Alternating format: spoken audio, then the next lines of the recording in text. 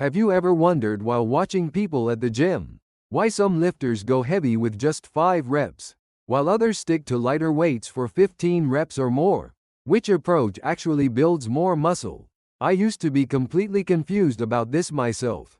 Some trainers swore by heavy lifting for strength, while others insisted that higher reps were the key to muscle growth. The fitness world seemed divided, and honestly, I didn't know who to believe. But then something incredible happened.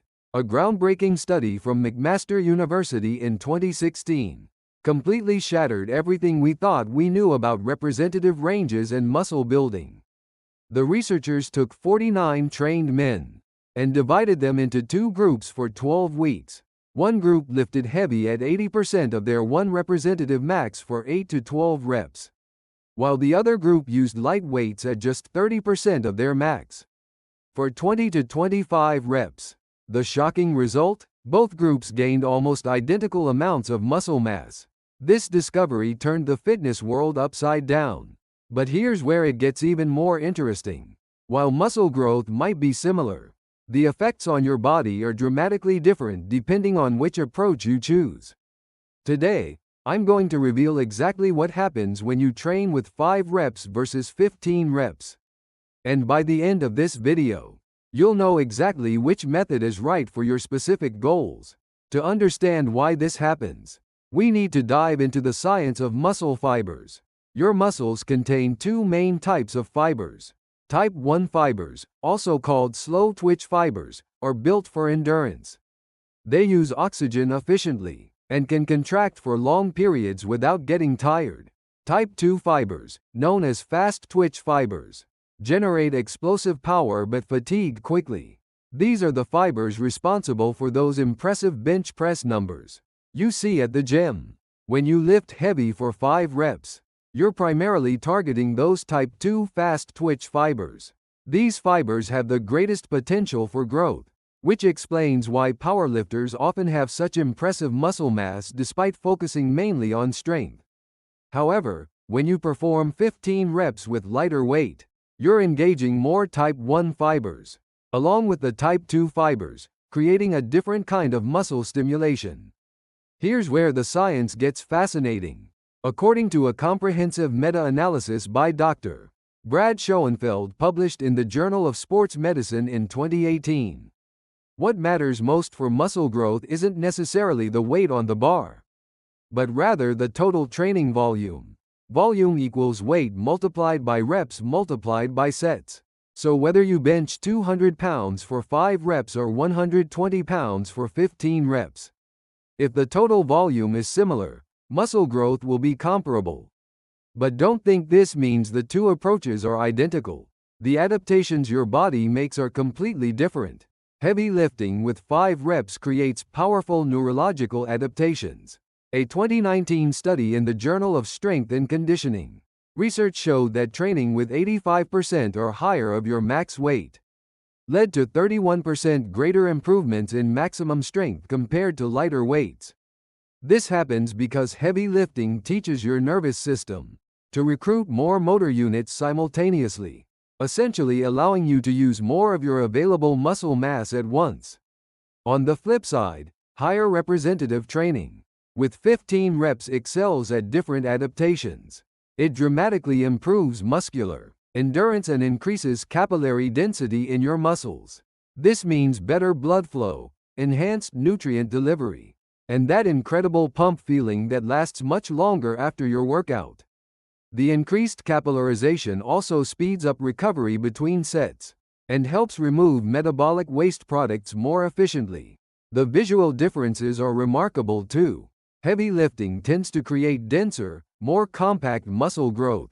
The muscle fibers grow thicker, creating that solid, powerful look you see in powerlifters and strongmen.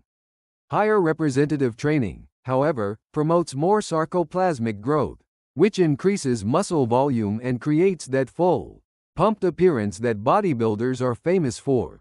This is why many competitive bodybuilders switch to higher representative ranges as they approach a competition. Now comes the million-dollar question: which approach should you choose? The answer depends entirely on your goals and current training status. If pure strength is your primary objective, focusing on heavy weights in the 3 to 5 rep range should be your bread and butter.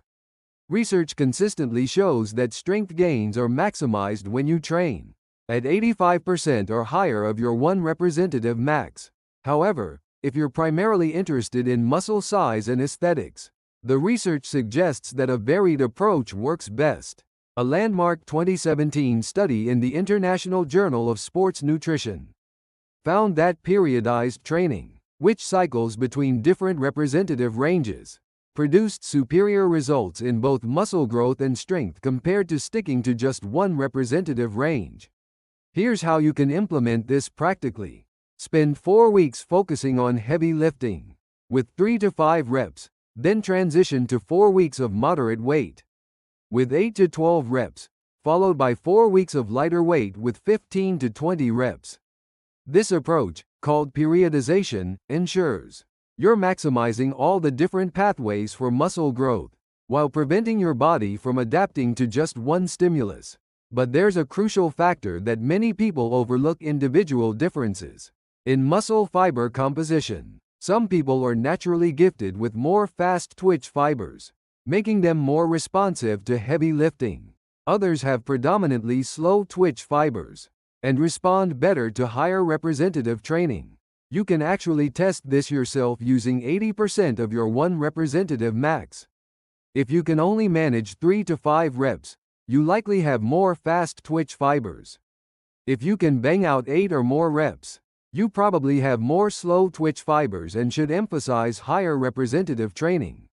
Let me give you a practical weekly template that incorporates both approaches. On Monday, go heavy with 5 reps for 4 sets, using 85 to 90% of your max. Take full 3 to 5 minute rest periods between sets to ensure you can maintain the weight across all sets. Wednesday should be your moderate day with 10 reps for 4 sets at about 70% of your max, resting 2 to 3 minutes between sets. Friday becomes your high representative day with 15 to 20 reps for 3 sets at 60% of your max, with shorter 60 to 90-second rest periods. This approach hits every possible adaptation pathway. You're building maximum strength on Monday, optimizing muscle growth on Wednesday, and enhancing endurance and muscle pumps on Friday. The variety also prevents staleness and keeps your workouts interesting and challenging. One critical point that cannot be overstated is the importance of training to failure or very close to it, regardless of the representative range. That 2012 study in the Journal of Applied Physiology I mentioned earlier showed that even light weights at 30% of your max stimulated the same muscle protein synthesis as heavy weights, but only when taken to muscular failure. This means that last representative should be a struggle, whether it's your 5th rep with heavy weight or your 15th rep with lighter weight. Safety considerations are paramount, especially with heavy lifting. Always perform thorough warm-ups before attempting maximum weights. Your joints, tendons, and ligaments need adequate preparation to handle heavy loads safely. Dynamic stretching and progressive warm-up sets are essential. Start with just the empty barbell, then gradually work up to your working weight over several sets. Recovery becomes even more critical when combining different representative ranges. Heavy lifting taxes your nervous system significantly and requires longer recovery periods between sessions. Make sure you're getting adequate sleep, at least 7 to 9 hours per night, and consuming sufficient protein. Approximately 1.6 to 2.2 grams per kilogram of body weight daily. Post-workout nutrition is crucial too, with 20 to 40 grams of high-quality protein within 30 minutes of training to maximize muscle protein synthesis. Here's something fascinating that recent research has revealed. The optimal representative range for muscle growth is actually much wider than we previously thought. A 2020 review in Sports Science Research concluded that anywhere from 6 to 20 reps can be equally effective for muscle growth, as long as you're training close to failure and maintaining adequate volume. This gives you tremendous flexibility in your programming. The tempo of your reps also matters more than most people realize. The eccentric or lowering portion of the bench press is where the most muscle damage occurs, which is a key stimulus for growth. Try lowering the weight over 2 to 4 seconds, while exploding up in 1 to 2 seconds. This controlled eccentric creates more mechanical tension and metabolic stress, both crucial factors for muscle development. One common mistake I see is people getting too rigid with their representative schemes. Your body is incredibly adaptable, and what works best can change based on your stress levels, sleep quality, nutrition, and even the season. Keep detailed training logs noting not just weights and reps, but how you felt, your energy levels, and the quality of your workout. This data becomes invaluable for optimizing your individual response. Remember, consistency trumps perfection every time. Whether you choose heavy weights, light weights, or a combination of both, stick with your program for at least 12 weeks to see meaningful changes.